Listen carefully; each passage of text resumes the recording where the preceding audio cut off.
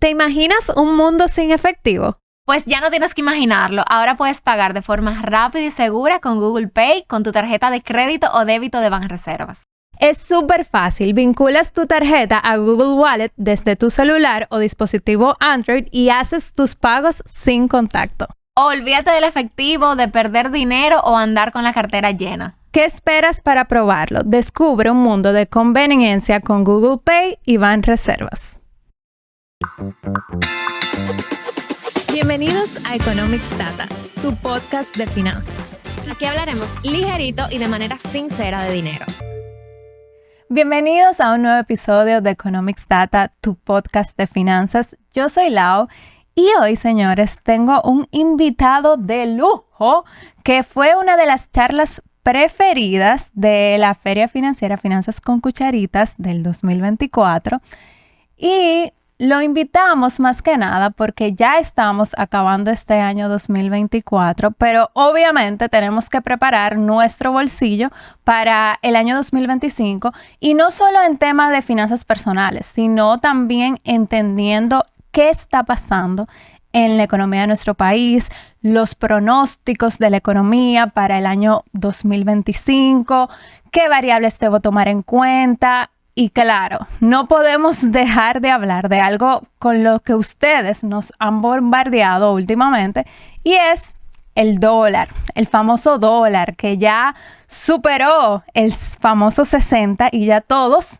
están vueltos locos con miedo. Entonces queremos entender si realmente tenemos que tener este miedo o qué tenemos que hacer o conocer de qué efectivamente está pasando con el dólar.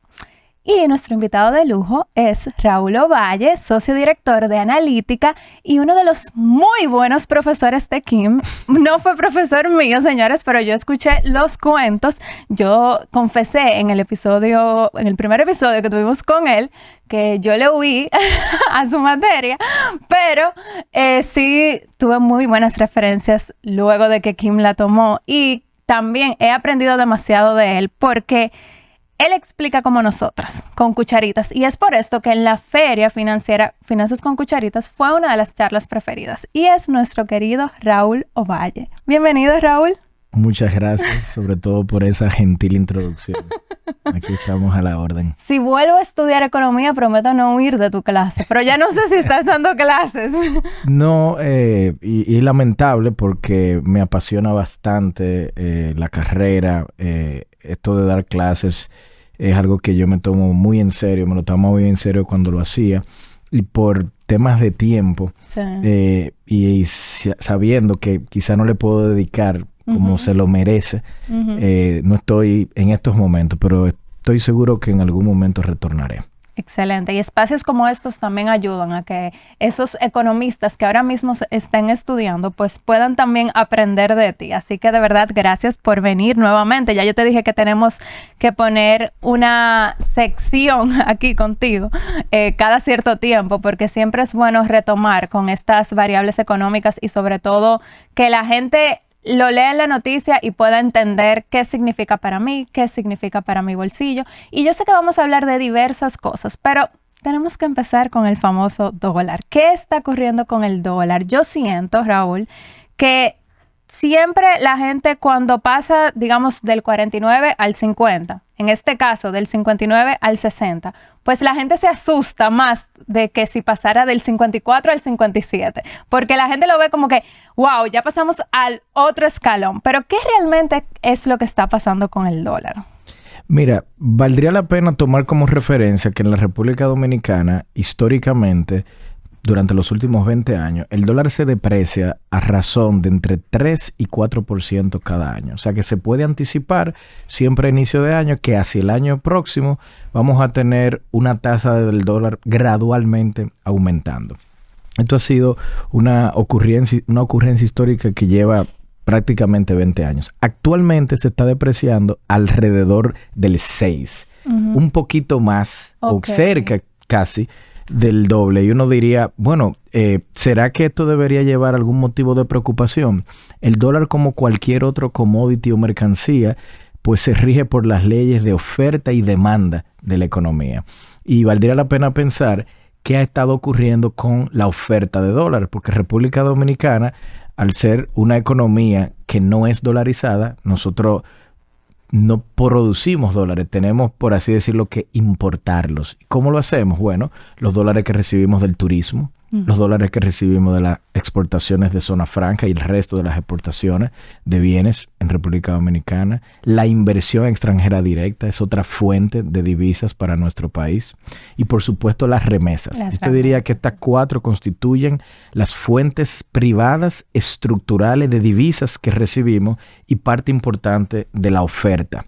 Hay otras que son públicas. Cada vez que el gobierno hace una emisión de bonos soberanos, por ejemplo, recibe dólares también. Cuando uno suma todo eso, República Dominicana recibe alrededor de 41,000 millones de dólares al año.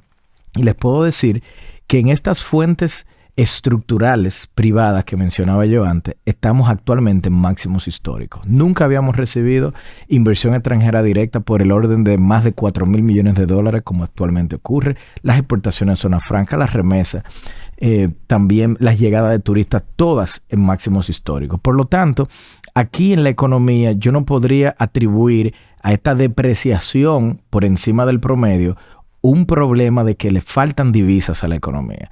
Hubo un problema cuando durante COVID, por la pandemia, se cerraron los aeropuertos, los turistas no llegaban, eso colapsó esa fuente de divisas tan importante. La inversión extranjera comenzó también a reducirse producto de la incertidumbre de la pandemia. Eso sí fue un verdadero shock que las autoridades, y particularmente nuestro Banco Central, me parece a mí que manejaron de una manera bastante profesional. Por lo tanto, yo no pienso que debería de haber motivos de preocupación porque el dólar esté de manera coyuntural depreciándose por encima de su nivel histórico. ¿Por qué está ocurriendo esto? Hay una situación que no controla nuestro Banco Central ni nuestra economía, y es las tasas de interés internacionales. Y el hecho de que están elevadas hace que las tasas en dólares estén altas. Entonces, para algunos hogares, para empresas, puede resultar mucho más favorable invertir en dólares, incluso fuera, porque las tasas están bastante altas, y mientras más altas, más atractivas.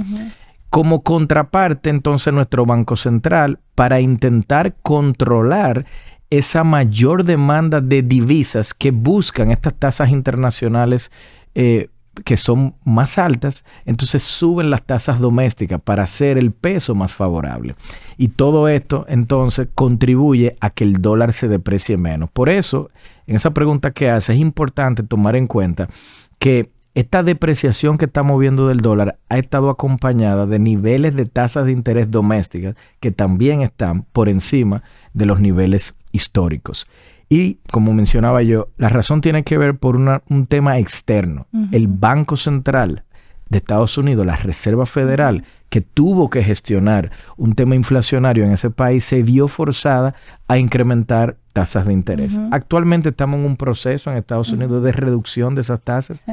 De hecho, la semana que viene la Reserva Federal se va a reunir y seguramente van a decidir sobre una reducción adicional de estas tasas en alrededor de 25 puntos básicos, y tienen ya preanunciado que durante el año 2025 en al menos 100 puntos básicos van a bajar. Todo esto lo que quiere decir es que habrá un chance para que en nuestra economía las tasas de interés también puedan bajar un poquito más. Mientras las tasas de fuera y las locales comienzan a normalizarse y retornar a los niveles históricos, entonces es natural que el mercado que se ajuste sea el de las divisas, el mercado cambiario. Y por eso estamos viendo estas depreciaciones que son por encima de los promedios históricos. Pero insisto, no por una razón estructural, no porque tengamos algunos de los sectores que tradicionalmente son generadores de divisas que se han caído, ni mucho menos. Están la gran mayoría en máximos históricos. Y por eso yo pienso que simplemente debemos de reconocer que esto es un ajuste natural del mercado de divisas y que posiblemente durante los próximos 12, 18 meses vamos a ver depreciación de la moneda, que si no va a estar en el orden entre 3 y 4, estará quizás en el orden entre 5 y 6. Así de hecho se tiene ya estipulado en el marco macroeconómico, que son las previsiones del gobierno.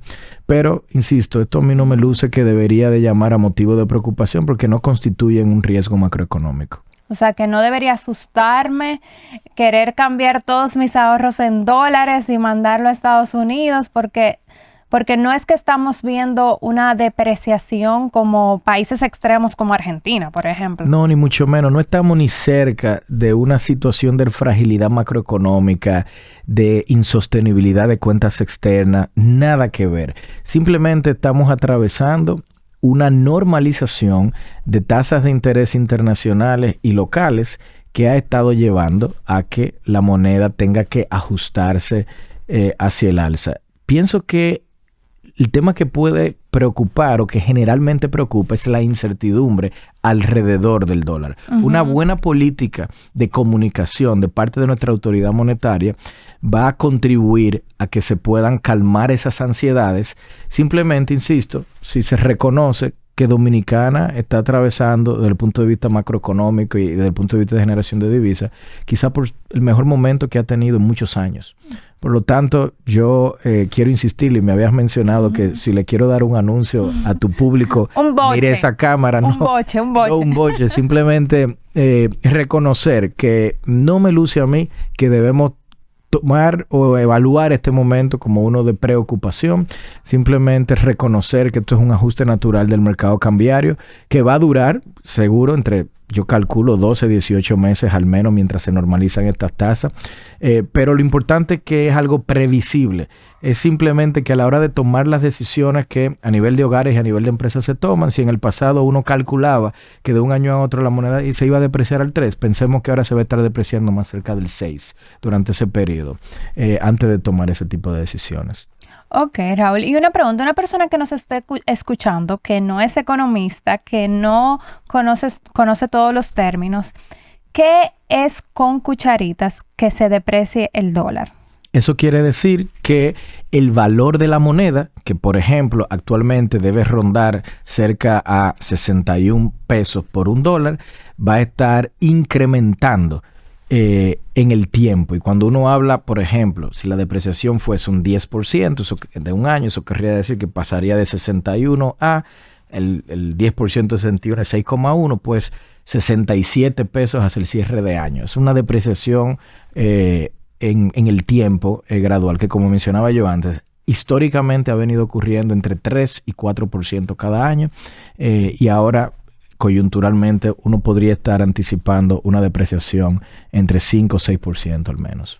Y es importante tener ese balance porque no significa entonces que cuando se aprecia el peso, pues es bueno para la economía. ¿Quién gana o quién pierde ahí? Bueno, fíjate que tú tienes empresas y hogares que tienen activos, en este caso pensemos en ahorros, si lo tienen en dólar y el valor del dólar aumenta, eso es beneficioso para aquel que tiene, digamos, un depósito, un certificado o una inversión. El que tiene una deuda en el lado del pasivo ante una depreciación del dólar, pues va a ver que su pasivo va a incrementar de valor. Entonces aquí va a depender cuál es la posición financiera en la moneda extranjera que tiene cada hogar, individuo u empresas. La apreciación funciona del mismo modo, lo único que al revés. Si tienes depósitos en dólares y hay una apreciación de la moneda, pues el valor entonces de ese activo que son tus depósitos o tus ahorros, pues se reduciría. Y si tienes deuda, pues el valor de la deuda se reduce y eso es algo que te beneficiaría en términos de tu patrimonio. Yo insisto que el mercado cambiario, como cualquier otro, opera bajo las leyes de oferta y demanda. Desde el punto de vista de la oferta de dólares que recibe la economía dominicana, estamos atravesando un boom, o sea, una gran bonanza.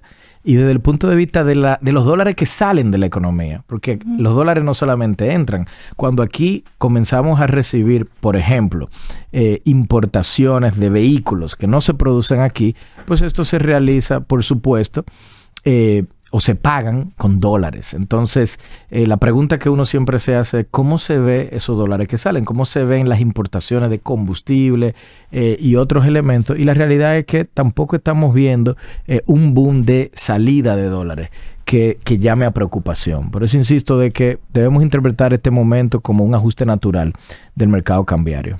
Ahora, ya vimos que ahora estamos en ese ajuste natural y que el 3 al 4% es lo promedio, que ahora estamos en un 6% y no es algo de preocuparse. Pero, ¿cuándo yo debería preocuparme?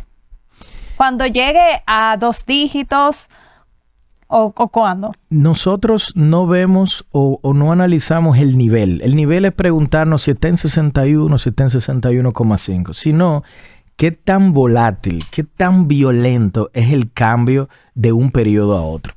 Durante COVID hubo motivos por momentos de preocupación. ¿Por qué? Porque en aquel momento la depreciación llegó en su máximo a casi un 15%. Fíjate que si el histórico era 3, llegar a 15 era 5 veces más.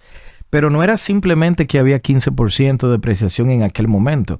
Es que las fuentes estructurales de divisa, por la característica de la pandemia, implicó que se nos cayó el turismo, se nos cayeron las exportaciones, se nos cayó la inversión extranjera directa, y en el corto plazo, antes de que los americanos hayan anunciado las ayudas que en aquel momento anunciaron, las remesas también se cayeron. Entonces eso sí podía llegar a preocupación.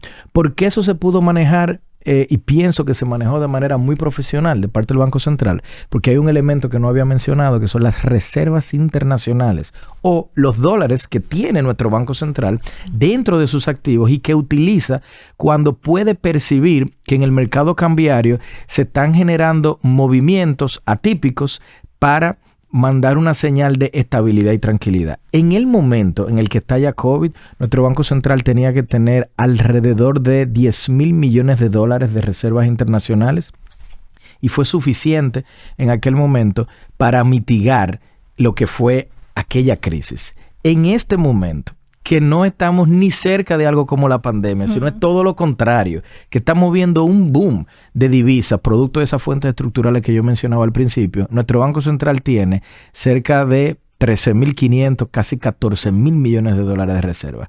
Es decir, aproximadamente entre un 30-40% más de lo que tenía cuando COVID, y en aquel momento se pudo gestionar de manera efectiva. Por lo tanto, yo no veo razones, como decía al principio, para que esto llame a ningún tipo de preocupación, ni para empresas ni para hogares. Es simplemente un ajuste natural que va a tener que atravesar nuestro mercado cambiario para poder normalizar las tasas de interés que están actualmente en máximos históricos. Tanto aquí como en Estados Unidos. Correcto. Ven, Kim, que ya aquí puedes acompañarnos Buenas. seguir esta conversación que ya tú sabes, estamos económicos pero con cucharitas. No, yo llegué a un momento justo con este súper invitado, hola Raúl. Muchas gracias, hola. Que ya nos respondió básicamente que el aumento de... He hecho un boche aquí. Él no le quiso decir boche, pero yo le dije, es un boche. Háblale, un bochecito. No, diciendo que no hay que preocuparse, que es normal el ajuste que vemos, que en promedio la depreciación ha sido de un 3 a un 4%, ahora está un poquito más, pero ya evaluamos todas las variables en que sí nos indica que está llegando turismo, están llegando remesas, o sea que es un ajuste natural en la economía. Ok, o sea que, queridos seguidores que nos han escrito tanto de que si es mejor ya convertir todos sus ahorros a dólares, que hay que invertir en dólares porque están nerviosos, están preocupados porque el dólar está subiendo mucho y ellos tienen todos sus ahorros en pesos, ya escucharon aquí, o sea, calmen y tengan en cuenta que las inversiones ustedes la pueden enfocar más por los sueños que ustedes tengan, las metas que quieren, por ese objetivo, y no por el miedo que tengan en este momento. Y ahorita hablamos de que esta no es una economía dolarizada, como algunos países de Latinoamérica, pero ¿conviene o no dolarizar nuestra economía? Wow, eso es una pregunta interesante. Han habido muchos estudios al respecto. De hecho, Robert Mundell fue un premio Nobel. No sé si Kim recordaría, pero en su clase de macroeconomía 2 de hace ya muchos años atrás, esto era algo que se tocaba obviamente sobre qué constituye lo que se llama una zona monetaria óptima. Ese es el término técnico que utilizan los economistas para evaluar si conviene que un país se ate en términos de su moneda a un país, vamos a decir, en este caso más grande, que sería Estados Unidos, nosotros con el dólar. En la región tenemos a Ecuador y tenemos a El Salvador.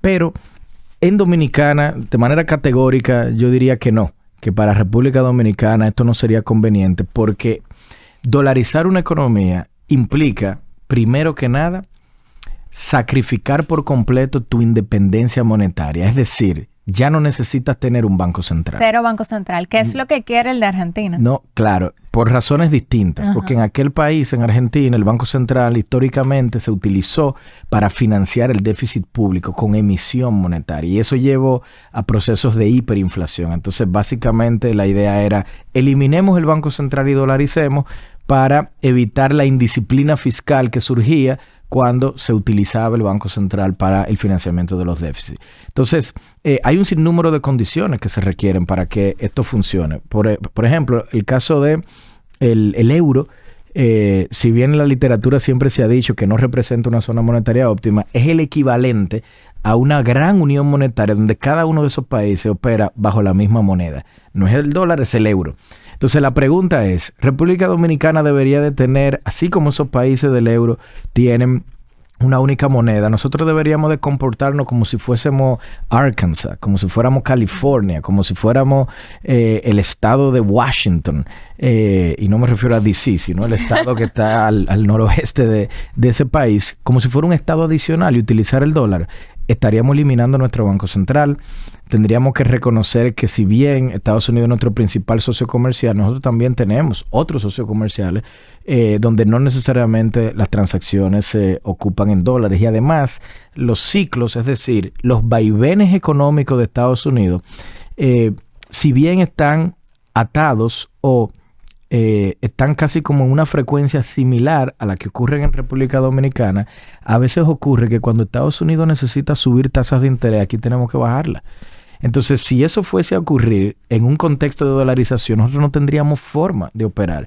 Y un último, quizás, argumento contra esto es, vuelvo al ejemplo de la pandemia. Durante la pandemia se necesitó un programa de estímulo monetario enorme para tratar de sacar a la economía de esa gran desaceleración que hubo.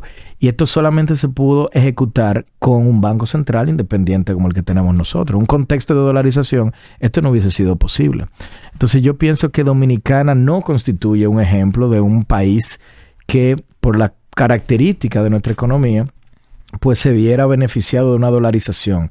Yo creo que esto podría generar una cura peor que la enfermedad, como dice la salsa. Me encanta. ¿Y cómo impacta la inflación? O sea, ¿cuál es el impacto de la inflación cuando se deprecia el dólar? Yo te lo diría al revés. ¿Cuál es el impacto en la inflación? Y ocurre que República Dominicana importa bienes.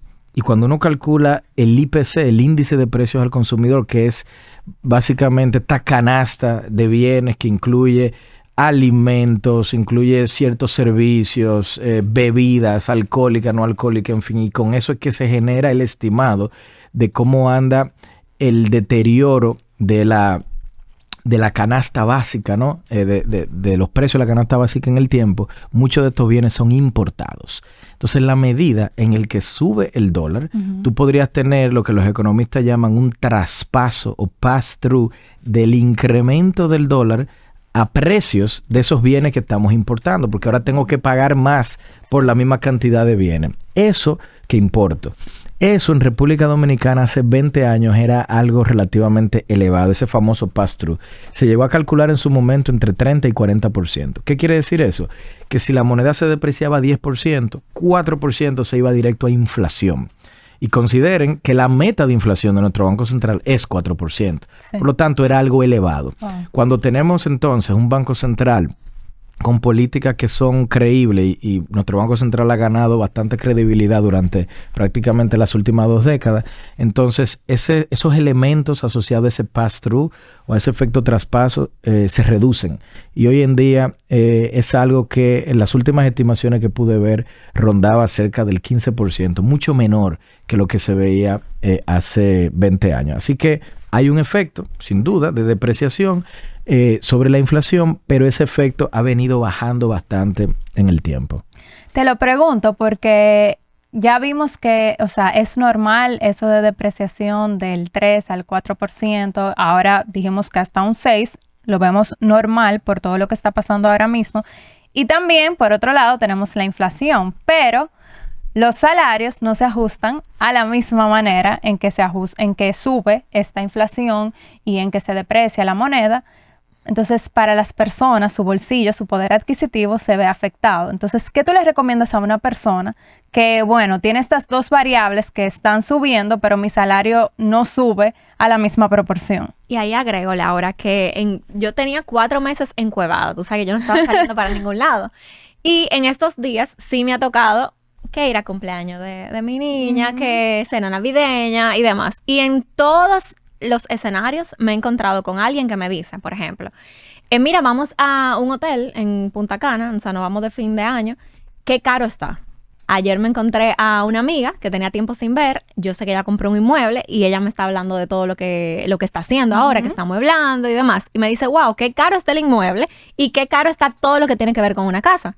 Salí a una cena navideña y estábamos hablando de la cotización de las cenas del 24 y todo el mundo decía lo mismo, wow, qué cara está también la comida. Entonces, Raúl, ¿de verdad está todo caro? ¿De verdad en el 2025 vamos a seguir viendo un aumento de precio o esto es percepción? Dinos la cura.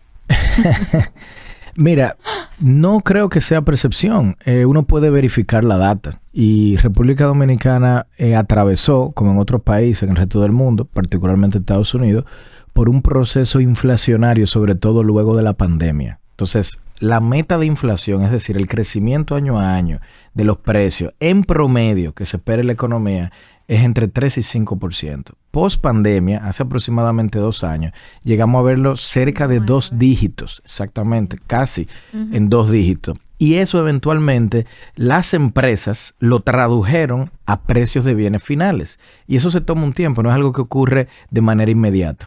Por supuesto que los promedios esconden muchas cosas. Tú mencionabas el tema inmobiliario. Posterior a la guerra de Rusia y Ucrania, no me quiero ir demasiado hacia atrás, pero es importante que reconozcamos que los eventos geopolíticos tienen impactos insospechados. En ese momento, cuando estalla esa guerra, y esto es principio del 2022, República Dominicana era uno de los países que más importaba la palanquilla, que es el hierro que se ocupa en el sector de la construcción desde Ucrania. 30% de todo el hierro que llegaba aquí venía de Ucrania. Por lo tanto, cuando estalla esa guerra, la oferta total de hierro se reduce y los precios se disparan. ¿Qué le ocurre a los constructores? Ahora es más caro construir. ¿Y qué terminan haciendo? Hacen un traspaso directo al bien final, a los inmuebles. Por eso, post pandemia, hemos visto un incremento acumulado de casi 40% en el costo de construcción de viviendas. Entonces, esto no es percepción, es una realidad de que estos precios se han disparado. Pero es relevante entender y reconocer cuál ha sido el gatillo. Esto fue un gatillo geopolítico y se generó localmente, lastimosamente, un choque permanente. Es decir, algo donde no podemos esperar que de repente en los próximos años estos precios vuelvan y bajen. Lo que seguramente ocurrirá es que no van a volver a subir 40%, a menos que se materialice otro tipo de riesgo, pero claramente hubo un incremento de esta naturaleza y afectó a algunos sectores más que otros. Tú mencionabas también el tema de los hoteles. Posterior a COVID ha habido una gran demanda. Cada vez que decimos tenemos llegadas de turistas en máximos históricos, pensemos en los principios de oferta y demanda. Hay una mayor demanda por el servicio turístico, llevando a que el precio del servicio turístico, que son las tarifas, en fin, también haya aumentado. Cuando uno evalúa ese índice de precio al consumidor, esa canasta básica, van a ver que en el ítem restaurantes y hoteles son de los ítems donde la inflación ha sido mayor, por encima del promedio de la economía, reflejando en el caso de los hoteles esa mayor demanda que se está viendo. Entonces, esto es parte del proceso natural, insisto, de oferta y demanda que ocurre en la economía. Y bueno, ya que estamos en este tema, y los conciertos que también tienen unos precios locos, Raúl, igual por pandemia, porque la gente estaba trancada. Aventura, aventura, 4 días y van a abrir otro y ya sold out. Yo no soy un experto en los precios de la industria del entretenimiento y a mí no me gusta opinar de temas que desconozco. Lo que sí te puedo decir es que el hecho de que esté sold out revela que esta economía y quienes van a asistir al concierto pueden aguantar, por decirlo de manera quizás un poco informal, ese precio que se está cobrando. Entonces, mientras nos quejamos y decimos, bueno, es tan caro, y hay personas que dicen, no encontré taquilla, pero no es que el concierto va a tener la mitad de la gente sin que asista, o sea, van a estar llenos. Entonces, ojalá tuviéramos data de tarjeta de crédito el mes que viene. Sí, no, pagos. y fíjate, otros indicadores, Black Friday, por ejemplo, cuando uno mira los datos de tarjeta de Black Friday, han seguido aumentando, o sea, ha habido un incremento del consumo. Se sabe, o al menos se ha medido vía encuestas, que posterior a la pandemia hubo un incremento importante de la demanda por todo lo que tiene que ver con las industrias culturales. No solamente conciertos y ocio, pero museos, musicales, teatro. Esto ha tenido un boom. Yo tengo el privilegio de tener varios amigos que son artistas, algunos ganadores de Grammy, hablo con ellos con cierta frecuencia y les he preguntado y ellos me cuentan y me dicen, sí, las tarifas de mi concierto ahora son mayores, post pandemia, porque ha habido esta gran demanda, un cambio de las preferencias de los consumidores que postergan menos este tipo de experiencia luego del trauma que implicó ese momento. O sea que eso podría ser parte de la explicación de por qué en estas industrias del entretenimiento se ven estos incrementos que ustedes han mencionado. Ok, Laura, ¿ya hablamos del 2025? Ahora vamos para eso. Sí. Nosotros estamos luchando un poco por cambiar que la gente llegue a enero sin un peso. Porque de verdad, en enero, o sea, el se mes siente la calle vacía. Hasta en nuestros talleres lo vemos. O sea, ahora en diciembre, noviembre, la gente no está en taller de inversiones ni nada. Pero en enero ya todo el mundo quiere organizarse porque gastó todo el doble y un poquito más. Pero nosotros, Raúl, de verdad estamos luchando para esto. ¿Qué podemos esperar en nuestra economía para el 2025 y para nuestro bolsillo? Mira, uno partiría con la estimación que se tiene o la proyección del crecimiento global, el famoso Producto Interno Bruto. Y el Fondo Monetario Internacional, en su proyección más reciente, tiene que la economía dominicana estaría creciendo alrededor del 5%. Eso es en línea con el crecimiento de tendencia o potencial. Y eso es algo bastante positivo. De hecho, seríamos la economía de mayor crecimiento de toda la región. Hay que reconocer que hay riesgos asociados a esta perspectiva positiva. Y uno de estos riesgos tiene que ver con lo que mencionábamos al principio, cómo nuestro Banco Central tiene que navegar entre este tipo de cambios que, por estas razones que mencionábamos al principio, se ha estado depreciando por encima del promedio a través de tasas de interés muy altas. Y estas tasas de interés reducen el consumo porque incentivan el ahorro. Si están tan altas, quizá voy a consumir menos de mi doble sueldo y lo decido invertir más, porque también entonces los rendimientos son mucho mayores. Pero esa reducción del consumo, a su vez, puede tener una consecuencia de desaceleración de la economía. Y cuando digo desaceleración, quiero aquí ser preciso, yo no estoy hablando aquí de una recesión, ni mucho menos. En República Dominicana es muy difícil fabricar una recesión. Los últimos 40 años hemos tenido solamente 4 y cada una han sido por factores prácticamente incontrolables. COVID fue una recesión, la crisis de Van Inter fue una recesión, pero prácticamente no tenemos. O sea que una desaceleración es que nos alejaríamos de ese crecimiento de tendencia si es que las tasas se mantienen de interés tan altas como están ahora. Pero ya Banco Central comenzó a dar unas señales de reducción de tasas, anunciando los famosos programas de liberación de encaje, que no son otra cosa que una inyección de liquidez a la economía, a diferentes sectores, algunos de ellos el inmobiliario, préstamos para adquirientes, para el sector de la construcción. Pymes. Correcto, pymes, a tasas inferiores a las que actualmente está ofreciendo el mercado, para justamente incentivar ese consumo, esa mayor demanda de crédito, en fin. Entonces, en un escenario base, tenemos una economía que estaría creciendo en línea con la tendencia, con un riesgo de desaceleración producto de esta tasa de interés elevada. Entonces aquí, y no pretendo extenderme demasiado, pero quiero conectar este riesgo con el hecho de que en la primera economía del mundo, que es tan importante para nosotros, la americana, nuestro principal socio comercial, vamos a tener un cambio de gobierno. Y este cambio de gobierno... To make America great again. Claro, y este cambio de gobierno con el presidente electo Trump, pues se han anunciado ya políticas económicas distintas a las que actualmente se vienen estableciendo y podrían tener consecuencias para la República Dominicana. Y si me permiten, brevemente, lo que se ha anunciado hasta ahora incluye una reducción de impuestos a hogares y empresas, y todo esto conllevaría a que el ingreso disponible de los hogares para consumir más y de las empresas para invertir más, pues será mayor y probablemente eso lleve a que el crecimiento económico americano también entonces sea mayor. Y si eso ocurre, la demanda de Estados Unidos hacia países como los nuestros, donde reciben de nosotros exportaciones desde zona franca, servicio turístico, incluso la situación de las remesas, pues mejoraría. Entonces, en principio, tú tienes una política de reducción de impuestos que llevaría a que la economía americana incremente su tasa de crecimiento y esto es algo positivo para Dominicana. Por otro lado, se han anunciado incrementos de aranceles. Los aranceles no son más que impuestos a las importaciones. Si eso ocurre, entonces ahí, como la gran mayoría de los bienes que importa Estados Unidos son lo que se llaman bienes intermedios, es decir, bienes que se usan en la producción de bienes finales, eso podría encarecer el proceso productivo americano y llevar a que se desacelere la economía. Entonces la pregunta aquí es, ¿cuál es el efecto que va a netear? O sea, ¿es la reducción de impuestos va a dominar o va a dominar el efecto de desaceleración que provoca el incremento de los aranceles? Ya hay organismos no partidistas como Tax Foundation, Peterson Institute, que han hecho estimaciones y tienen que en el neto la economía durante la próxima década tendría un incremento del crecimiento producto de la reducción de impuestos de cerca de 2,4% adicional.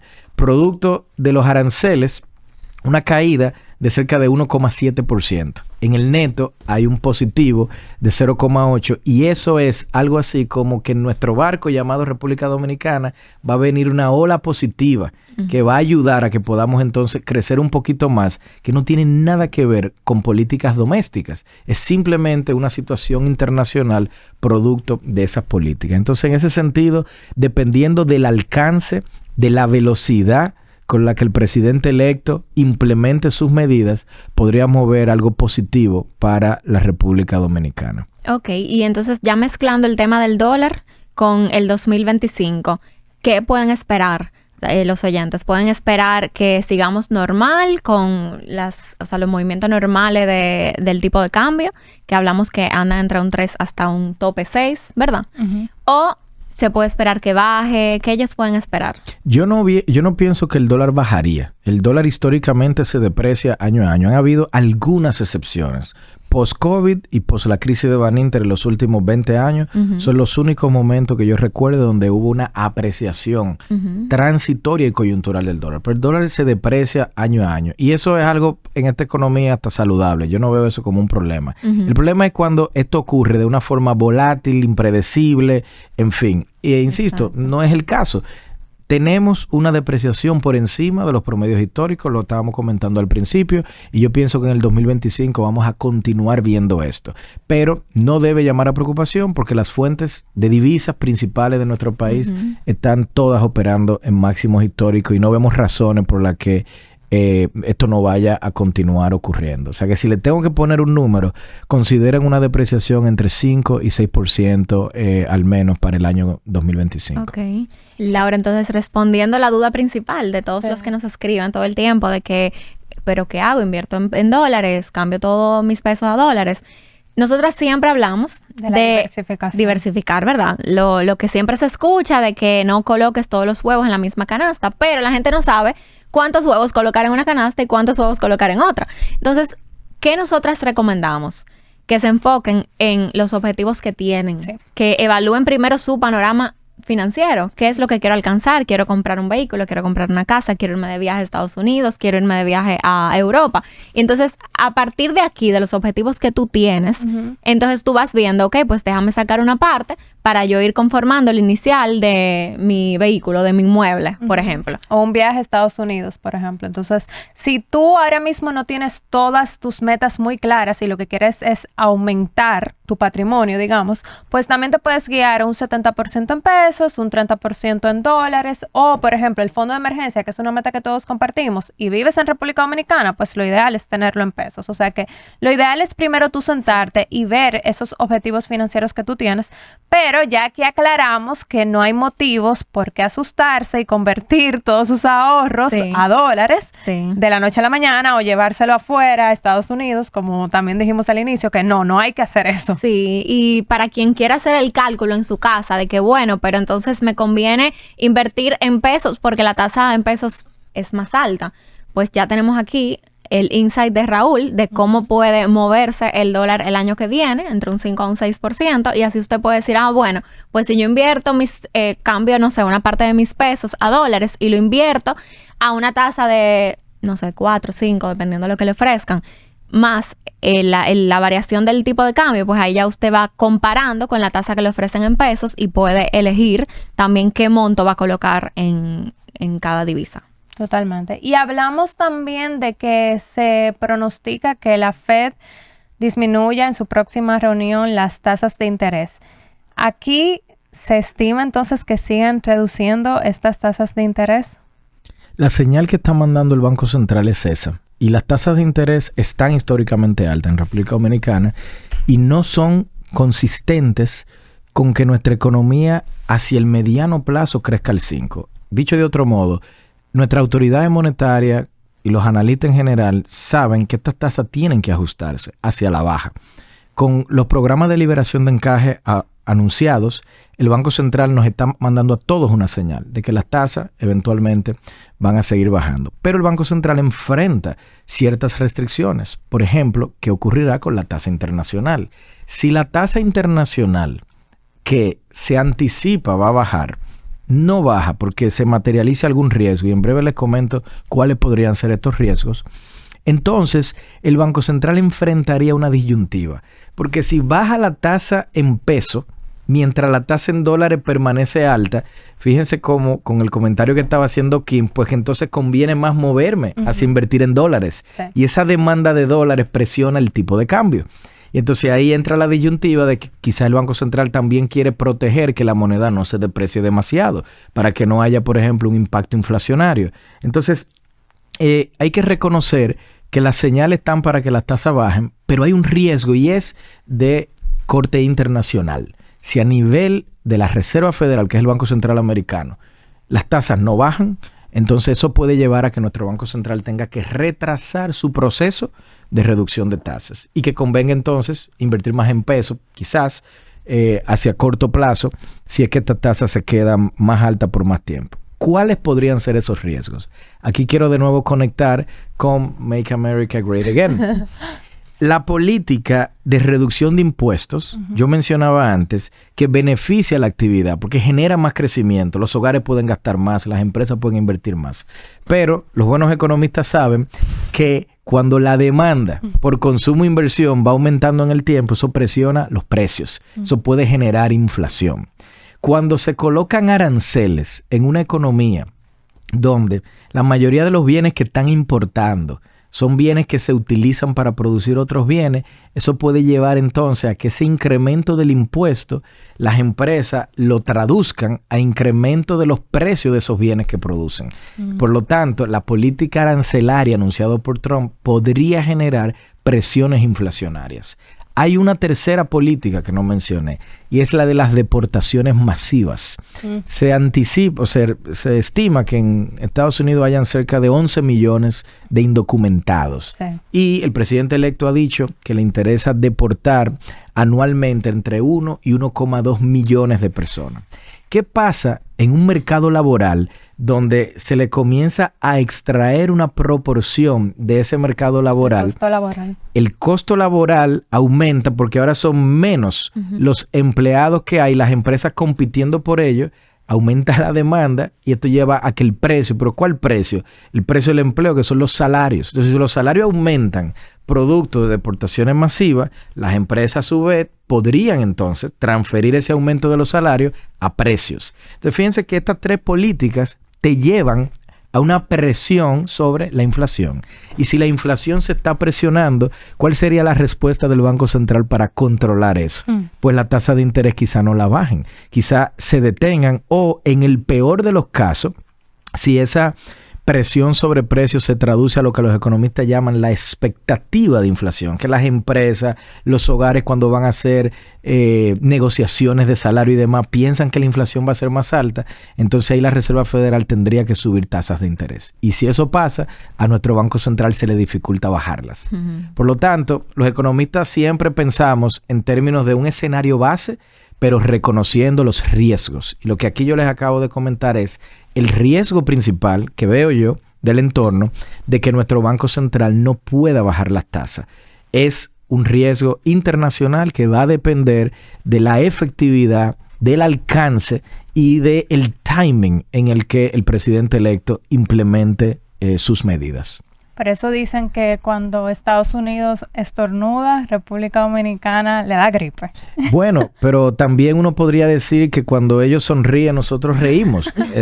No se tiene que ver como algo negativo. También, es verdad. Hay una vinculación importante, principal socio comercial, principal emisor de turistas, principal emisor de inversión extranjera directa, principal emisor de remesas. Estados Unidos es una realidad importante para nuestro país en términos macro. No, y yo que vivo allá, o sea, desde que ganó Trump, el mercado de valores, el stock market, ha estado por las nubes. Entonces, eso también es una señal de que hay que proteger los capitales de aquí para que no haya una fuga de capitales, ¿no? Y que las personas quieran invertir más allá porque tienen tasas en dólares muy elevadas actualmente. Mira, yo no le llamaría fuga, porque normalmente se dan fugas de capitales en países donde hay mucha incertidumbre sobre el futuro político, social o económico. Y República Dominicana goza de estabilidad macro, política y social. Sin embargo, otra de las políticas que el presidente electo ha anunciado tiene que ver con la desregulación de los mercados, que para decirlo financiero, desregulación del mercado financiero, y para decirlo de una manera, algo muy complejo, pero sencilla, es básicamente hacer menos costoso la operativa de los participantes del mercado en el sistema financiero americano. Dígase, los bancos, los puestos de bolsa, los fondos de inversión, que tienen regulaciones sobre capital mínimo, etcétera. Entonces, si todo eso se comienza a flexibilizar y se vuelve más barato, menos caro para esos participantes operar, entonces es natural que la valoración de muchas de estas empresas que operan en el sistema financiero también americano, también aumenten. Entonces sí, eso va a llevar a que no de República Dominicana, del resto del mundo, haya sin duda una mayor demanda hacia este mercado americano que se va a ver junto con la economía creciendo de una manera importante. Pero parte de esos capitales que hoy están fuera de Estados Unidos y estarían retornando, también mirarían a Latinoamérica y se preguntarían, bueno, pero ¿cuál es el país o los países que están creciendo bien, que tienen políticas de mercado, hay estabilidad? Nosotros somos uno de ellos, o sea que es posible que en esa ola nos veamos beneficiados con incluso mayor inversión extranjera directa. Es increíble cómo en 45, 46 minutos Raúl ha consolidado como que el pasado, el presente, el futuro, el cuatrimestre de tu clase de macroeconomía. No, es increíble. Raúl, ¿tú sigues dando clases? Yo le pregunté. Ay, ¿qué dijo que no? No, pero eventualmente quiero retornar. Y yo le dije que me voy a poner. Comenten ahí debajo si ustedes quieren que Raúl vuelva a dar clases. Tal vez no en universidad, diplomado. Pero exacto, un diplomado. Bueno, con la fama que Kim me dejó en el último episodio, yo creo que muchas personas dirían que no, pero... No, pero por eso digo un diplomado, para evitar los exámenes. No, exacto, sin exámenes, Raúl. Pero mira, yo también le dije al inicio que una de las charlas favoritas de la feria fue la de él. Sí, yo lo iba a decir también, yo iba a repetir todo lo que tú dijiste.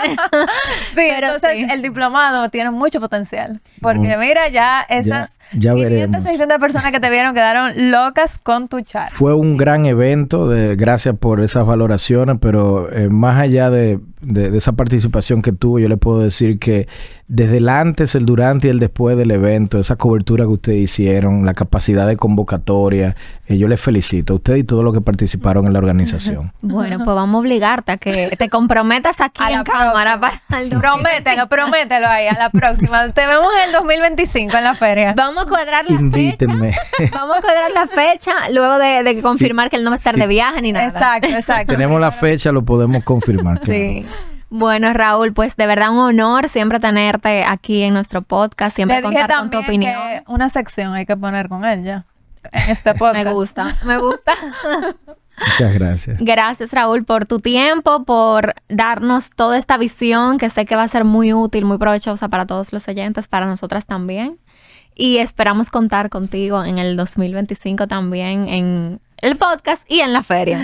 Cuentan conmigo. Gracias de nuevo por la invitación. Un gusto. Gracias, Raúl. Y a ustedes que sé que aprendieron mucho, bueno, ya pueden empezar con el buen pie este 2025, escuchando varias veces este episodio y compartiéndolos con sus seres queridos. Nos vemos en la próxima. Adiós. Chao.